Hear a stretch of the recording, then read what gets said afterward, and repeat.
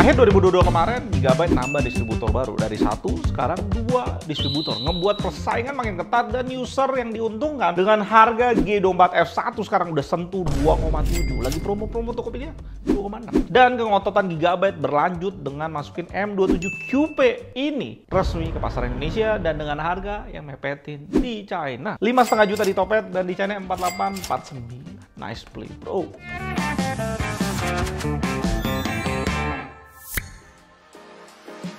Upgrade paling besar dari versi sebelumnya dengan jarak 2 tahun itu ada di bagian layout pixelnya sekarang. Dari BGR sekarang udah normal ke RGB. Jadi nggak ada lagi isu font agak blur di tipe M27 QP terbaru sekarang. Secara body gue nggak terlalu lihat banyak perbedaan. Punya konsep yang mirip sama versi lama yang udah kita review. Dan mirip juga sama gaya G24F yang udah sering kita lihat. Mungkin juga lo udah punya.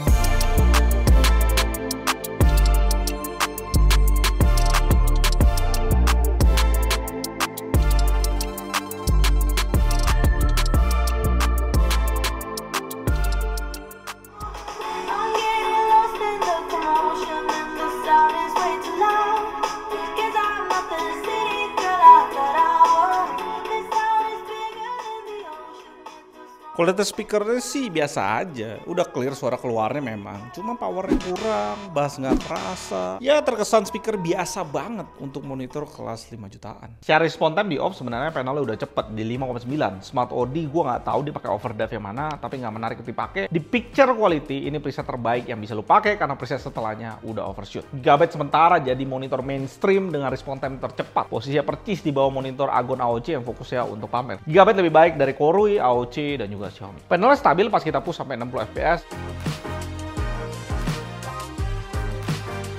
Dan secara average posisi Gigabyte nggak berubah, masih di posisi yang terbaik. Monitornya juga ditreatment bagus sama Gigabyte dengan CCTV yang rapi. Gamma aja agak miss dan Gigabyte masuk ke kalangan yang akurat di 5,7. Karena standar minimum untuk sangat akurat di Delta AI TV harus dapetin angka 5. Yang super akurat tetap G34W30 untuk monitor 2K gaming. Gamut sendiri udah sangat nice, 97% P3 dan di 73 Rec 2020 Gigabyte jadi monitor terluas 2K gaming yang kita udah tes. Dan udah pasti saturasi dan akurasi P3 yang sangat akurat di 5. Bersaing bareng AOC, Xiaomi, dan ViewSonic. Di default seperti biasa, sRGB akan oversaturated, tapi kalau kita lihat akurasi warna sRGB-nya, warna-warna kulit masih cukup akurat.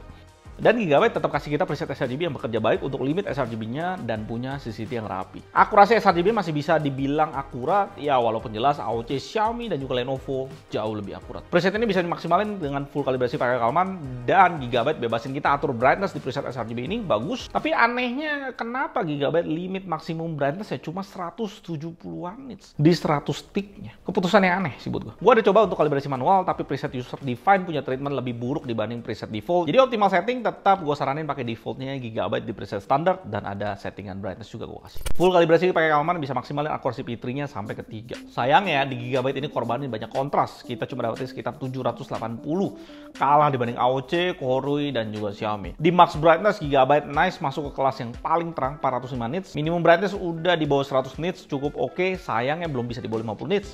Pakai di ruangan gelap pasti masih ada orang yang ngerasa keterangan. Dan jangan lupa singkirkan nanti dan connecting. Perlengkapan lainnya ada 2 kabel power beda kepala, kabel HDMI, kabel DisplayPort, dan kabel USB.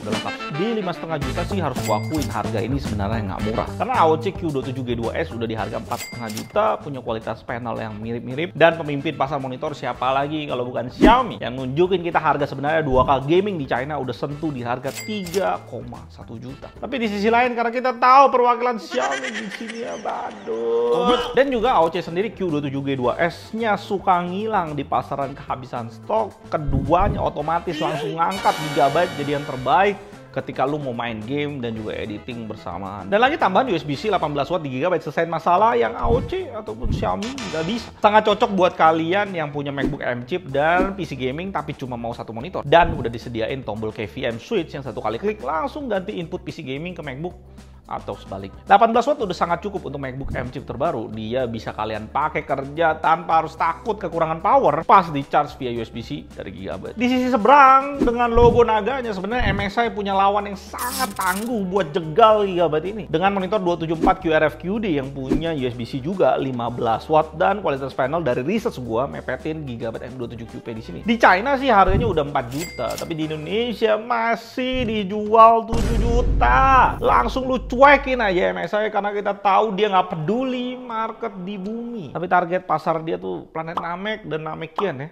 Dengan masih mau profit segila itu di 2023 ini. Sangat tidak jelas. Semua hal itu ngebuat Gigabyte ini jadi pilihan terbaik untuk 27 inch gaming dan editing plus USB-C di QHD sementara ini. Dan terakhir gua ada saran ke Gigabyte, tolong masukin 34 inch gaming monitornya ke Indonesia dan mepetin harga China di 4,5 juta. Kalau sampai Gigabyte mampu lakukan itu, kita bisa langsung singkirkan monitor Xiaomi 34 inch badut Indonesia resmi itu yang masih dijual 5,5 juta. Kalau lu wishlist monitor itu, langsung aja lu lempar wishlist lu ke Bantar Gebang.